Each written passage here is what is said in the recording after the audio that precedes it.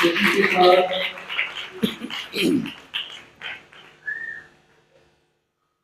के अजीम जलाली बाबरकत नाम में आप सबको सलाम। खुदावंद के शुक्रगुजार हैं जिसने हमें ये खूबसूरत वक्त लम्हात बख्शे हैं। हम जिंदा खुदा के सिर उसके कदमों में हैं। आज से जो बात हम सीखेंगे और आइंदा भी इस पर गौर करेंगे, बीमारी की इब्तदा और वजूहात। तो फिर आगे जाके हम देखेंगे कि इसका इलाज कैसे मुमकिन हुआ और कैसे इन बीमारियों से हम छुटकारा हासिल कर सकते हैं। तो ज़रूर हम आने वाले दिनों में इन बातों को सीखेंगे। आज जो बात हम सीखने वाले हैं वो इंसान के तल्लुक़ से, इंसान को किस तरह से खुदा ने बनाया और किस तरह से पैदा किया। बैठिए, तशरीफ़ रखिए। खुदा आप सबको बरकत दे।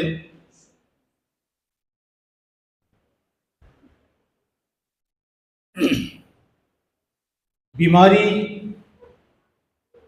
कहाँ से वजूद में आई या इसकी इब्तदा कैसे हुई, इसके पीछे वजूहात क्या हैं, ज़रूर हम किताब मुक़द्दस में से इसका मुताला करते हुए हम इन बातों को सीखेंगे। हम आदम के तल्लुक़ से पढ़ते हैं। पहली बात ये कि आदम और हवा अपनी तख्लीक के वक्त से खुदा की शबी और सूरत पर पैदा किए गए और वो बगैर गुनाह के, बगैर खता के बेदाग खल्क किए गए। जब वो खल्क हुए, उन्हें पैदा किया गया, तो वो बेदाग थे, खुदा की शबी और सूरत पर खल्क किए गए थे। किसी किस्म की उनके अंदर कोई खता या कोई गुनाह नहीं था। उन्होंने खुदा के साथ पाकीज़ा रिफाकत और खुदा की कुर्बत का पुरलुत्फ, भरपूर लुत्फ उठाया और उसकी कुर्बत को वो हासिल करते रहे और इखलाकी बुराई से बेखबर थे। उन्हें पता ही नहीं था कि इखलाकी बुराई होती क्या है। मेरे जो वो बातनी अमन और सुकून से लुत्फानंदोज होते थे। उनके अंदर बातिन में इत्मीनान, सुकून, तसल्ली, खुशी होता था, जिनकी तलाश में आज दुनिया मारी मारी फिर रही है। उन्हें किसी भी किस्म का कोई खौफ, कोई डर, कोई दहशत नहीं थी और ना ही किसी मज़ाहमत का सामना था। शेर के पास घूम रहे थे, सांपों के पास घूम रहे थे, कोई खौफ नहीं था किसी बला का, किसी भूत का, किसी बदरू का। उन्हें कुछ खौफ नहीं था, कोई पेचीदगी उन्हें दो चार नहीं थी और वो किसी भी जिस्मानी और जहनी दुख से आगाह नहीं थे। था कोई दुख, कोई जिस्मानी, कोई जहनी, कोई तकलीफ थी उन्हें? No, nothing. वो नंगे थे लेकिन शर्माते नहीं थे क्योंकि पाकीज़गी थी वहां पर।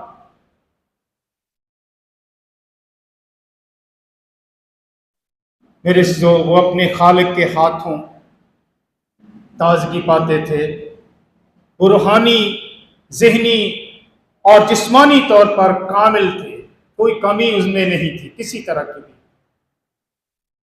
वो खुदा की बेहतरीन तख्लीक थे और खुदावन की शबी की मानंद पैदा किए गए थे। कोई भी किसी तरह से भी उन्हें कोई खौफ नहीं था, कोई उनकी जिंदगी में गुनाह नहीं था।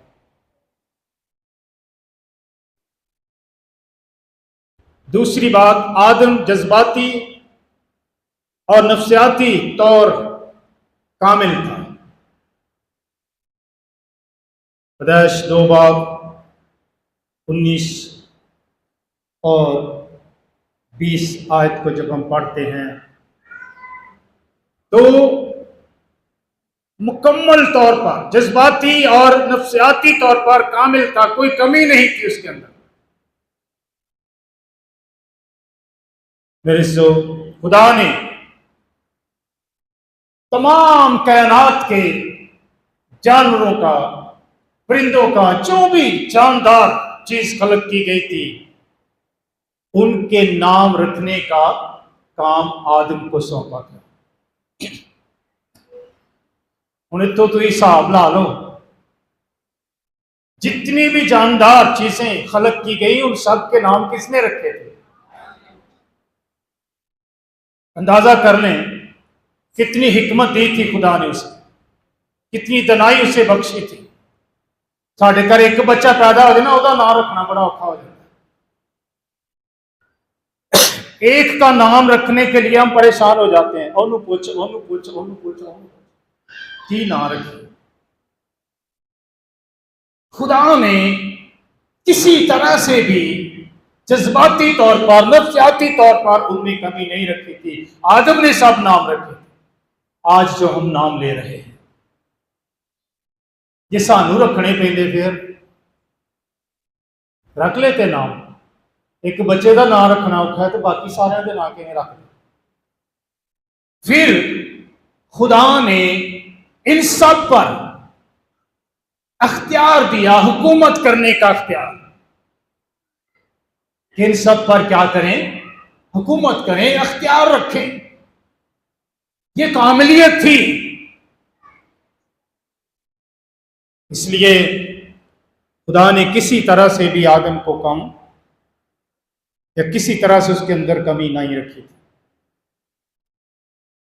फिर जो खुदा ने अख्तियार बख्शा ताकि वो हुकूमत करे, हुकूमत करने का काम भी उसे सौंपा गया। आम तौर ये मिलता है कि आदम नफ्सियाती तौर पर खुदा के लिए काबिल एहतराम और पसंदीदा था। खुदा के लिए काबिल एहतराम और पसंदीदा। जज्बाती बेकरारी का कोई इल्म नहीं था। आज जो जज्बाती बेकरारी हमारे अंदर, बेचैनी बढ़ती चली जा रही है, लेकिन उस वक्त इसका कोई नामो निशान, कोई इल्म नहीं था। कब तक ये सिलसिला रहा? जब तक आदम ने गुनाह ना किया, जब तक उसने नाफरमानी ना की, जब तक वो खुदा के हुक्म के ताबे रहा, खुदा की पैरवी में रहा, उस वक्त तक ये सिलसिला कामिलियत का जारी रहा। क्योंकि खुदा ने आदम को एक और काम भी सौंपा था कि बाग के सब दरख्तों का फल तुम खा सकते हो, लेकिन नेकी और बदी के दरख्त में से कभी ना खाना, क्योंकि जिस दिन तूने खाया तू मरा, मौत। तीसरी बात, आदम जिस्मानी तौर पर भी कामिल था। जिस्मानी तौर पर भी कामिल था। किसी भी चीज की उसके अंदर कमी नहीं थी, मुकम्मल बनाया गया, क्योंकि खुदा ने खुद आदम के जिस्मानी हिस्सों को बनाया। उसने अपने हाथों से इन हिस्सों को तरतीब दिया, इन हिस्सों को बनाया, इसलिए इसमें किसी भी चीज की कमी नहीं हो सकती। तो जिस्मानी तौर पर भी तमाम अज़ा जो उसके थे, अंदरूनी अज़ा, बैरूनी अज़ा मुकम्मल थे। कोई कमी थी उसमें? नहीं। खुदा ने सब पर जो बनाया था नजर की, और उसने देखा, और फिर उसने क्या कहा था? बहुत अच्छा है। उसने बहुत अच्छा कहा। और बहुत अच्छा उसी वक्त होता है जब सब कामिल हो, मुकम्मल हो, किसी चीज की कमी ना हो। मेरे जो कई सालों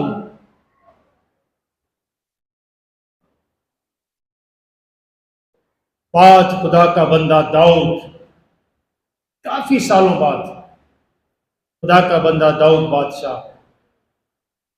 ज़बूर के अंदर खुदा का शुक्र करते हुए लिखता है कि मैं खुदा का शुक्र करता हूं कि मैं अजीब व गरीब तौर से बना हूं।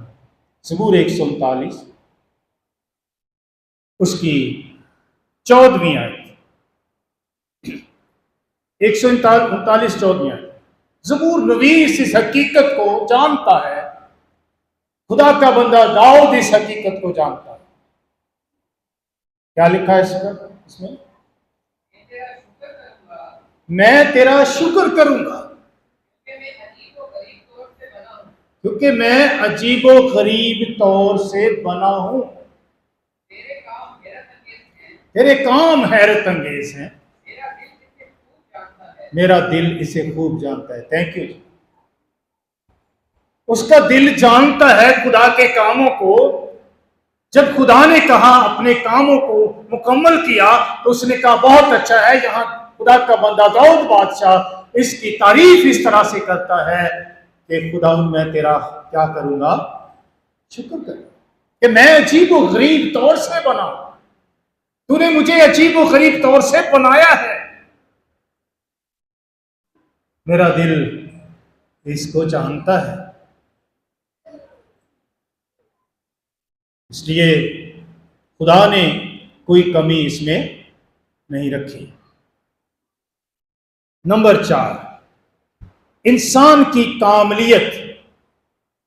खुदा हमेशा कामिल इंसान की हमायत करता है। किसकी हमायत करता है? इस बात को ज़हन में रखें। खुदा हमेशा कामिल इंसान की हमायत करता है। उसने हमें कामिल बनाया है, और यीशु मसीह ने उसकी बचाने वाली कुव्वत कामिल इंसान के लिए अहमियत की हामिल है। यीशु मसीह के अंदर बचाने वाली कुव्वत है, और किसी के अंदर बचाने वाली कुव्वत ये हमारे लिए, इंसान के लिए बड़ी अहमियत की हामिल है, बड़ी अहमियत रखती है ये बात। 5वीं बात, खराबी कैसे पैदा हुई? खुदा ने देखो कितना अच्छा बनाया, कितना खूबसूरत बनाया। उसे खूबसूरत जगह पर रखा, बाग था, वहां पर कोई दुख नहीं था, कोई परेशानी नहीं थी, कोई बीमारी नहीं थी, कोई तकलीफ नहीं थी। जज्बाती तौर पर कामिल, नफ्सियाती तौर पर कामिल, जिस्मानी तौर पर कामिल, ज़हनी तौर पर कोई भी कमी नहीं थी, कोई दुख नहीं था। लेकिन खराबी कैसे पैदा हुई? तारीख में एक लम्हा ऐसा था जब इंसान गम के दहाने पर खड़ा हुआ। एक ऐसा वक्त आया, इस तारीख में ऐसा लम्हा आया जब वो गम के, दुख के दहाने पर खड़ा था, और वो मुसीबत में था। दुख में था, परेशानी में था। नाफरमानी के एक अमल ने, कितने? सिर्फ एक अमल ने इंसान को बिल्कुल बदल कर रख दिया और नस्ल इंसानी को खुदा की हजूरी से निकालकर एक तवील और तारीक गड्ढे में धकेल दिया। एक ही नाफरमानी, ज्यादा नहीं की थी। इंसान, इस नाफरमानी ने क्या किया? इंसान को खुदा की हजूरी से निकालकर एक तवील और तारीक गड्ढे में क्या कर दिया? यहां तारीकी, यहां दुख, यहां मुसीबतें, यहां अजाब।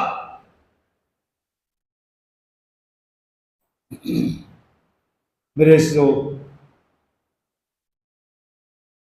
खुदा का कलाम बताता है 2:16-17 में, हकीकी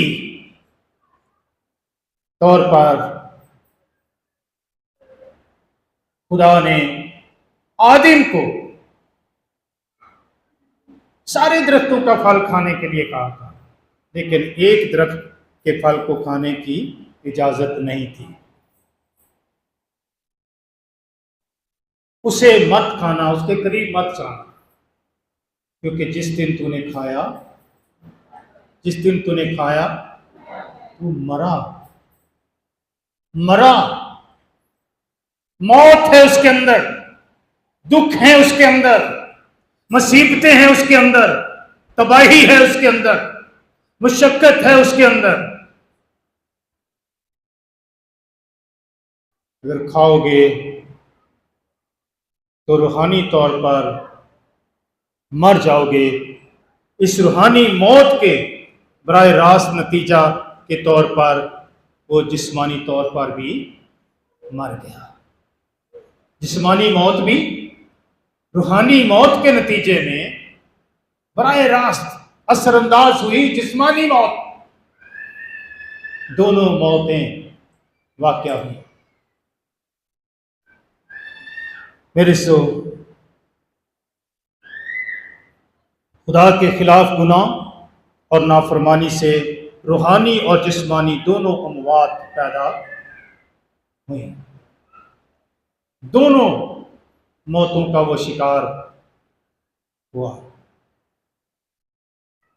बस जब आप रूहानी तौर पर मर जाते हैं तो मौत का फितरी अमल पूरा होते हुए जिस्मानी मौत भी वाक़या होती है। ये फितरती बात है, फितरी अमल है, क्योंकि बराह रास्त उस पर भी यह असरअंदाज हुई। क्योंकि जिस्मानी मौत रूहानी खता का बराह रास्त नतीजा है, बराह रास्त उसका असर है। मेरे जो आदम और हवा को खुदा की हजूरी से निकाले जाने का बायस बनी, चूंकि वो खुदा की हजूरी से दूर हो चुके थे तो उनका राबता सरचश्मा हयात से टूट गया। जहां से हयात निकलती, जिंदगी आती और उन्हें जिंदा रखे हुए थे और वो जिंदा थे, वहां से राबता जो था वो क्या हो गया? टूट गया। और वो गुनाह और मौत के कब्जे में आ गए, जो उनकी तंजली का बायस हुआ, गिरने का बायस हुआ, गिरावट का बायस हुआ। अगर उनके ताल्लुकात के साथ, खुदा के साथ अच्छे रहते, खुदा के साथ उसी तरह उनके ताल्लुकात जिस तरह इब्तिदा में थे रहते, तो ऐसा कभी भी ना होता। ज़वाल का ये अमल बीमारी और गुमराही कहलाता है। क्या कहलाता है? ज़वाल का ये अमल बीमारी और गुमराही कहलाता है। इंसान उसी वक्त से दुख और परेशानी में मुब्तला है। यहां से ये इब्तदा हुई है, ये वजूहात हैं। और नाफरमानी के इस वाहिद अमल ने दुनिया में तमाम मनफी चीजों को मुतारफ करवाया। मेरी बात आप समझ रहे हैं? नाफरमानी के इस वाहिद अमल ने, एक ही अमल ने पूरी दुनिया, तमाम दुनिया के अंदर तमाम मनफी चीजों को मुतारफ करवाया, जो आने वाली इंसानियत को रूहानी, नफसानी और जिस्मानी तौर पर लानती बुनाती हैं, लानत के नीचे ले आते हैं, जिनमें बीमारी, बदनज़मी, नाअहलियत, रंजो गम, बेइत्मीनानी, तबाही, अदम इत्तेफाक, हौसला शिकनी, बेहम आहंगी, मुंतशिर होना, मौत, दुख, दर्द और बहुत सी ऐसी मनफी चीज़ें पैदा हो गई तो आज तक इंसान इन चीज़ों को भुगत, आज तक इंसान इनका शिकार है।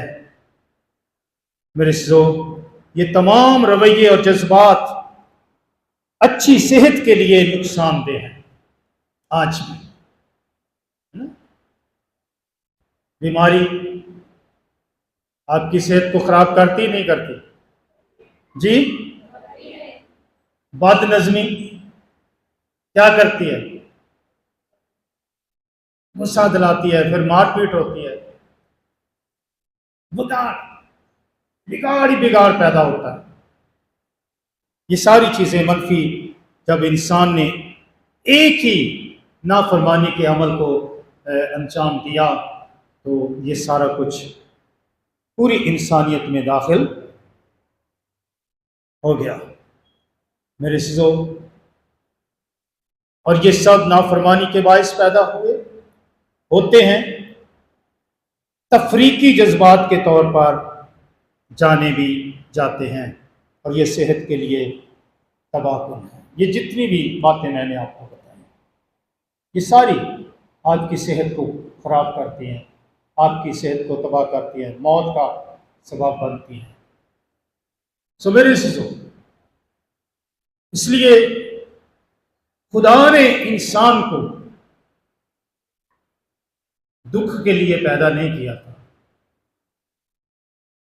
खुदा ने इंसान को बीमारी के लिए पैदा नहीं किया था, उसने तो अपनी रिफाकत के लिए पैदा किया। खुदा के लायक था इंसान, खुदा का पसंदीदा था, वो रिफाकत रखता था, उसके साथ बातचीत करता था। लेकिन एक नाफरमानी ने सारा पांसा पलट के रख दिया। सो मेरे सिजो, इन बातों को ज़हन में रखें। आज भी अगर आपकी ज़िंदगी के अंदर, आपके बदन के अंदर, आपकी रूह में नाफरमानी का अंसर मौजूद है, आप कभी चैन से नहीं बैठ सकेंगे, आपके घर में कभी सुकून नहीं होगा, आपकी ज़िंदगी में कभी सुकून नहीं होगा। नाइतफाकी, बेचैनी, परेशानी, बदनज़मी, ये सारा कुछ आपकी ज़िंदगी में रहेगा। इसलिए नाफरमानी के अमल को अपनी ज़िंदगी से दूर करके खुदा के ताबे हो जाएं, ताकि हम आने वाले वक्त में, आने वाले जहान में, मुस्तक़बिल में अब्दी ज़िंदगी और अब्दी मिरास के वारिस ठहरें। सो खुदावंद आप सबको बरकत दे। आने वाले वक्त में हम मज़ीद और बातें सीखेंगे और देखेंगे कि ये कामलियत किस तरह से नामुकम्मल बनी और किस तरह से ये सारा निज़ाम उलट पलट हो गया। खुदा आप सबको बरकत दे। आमीन।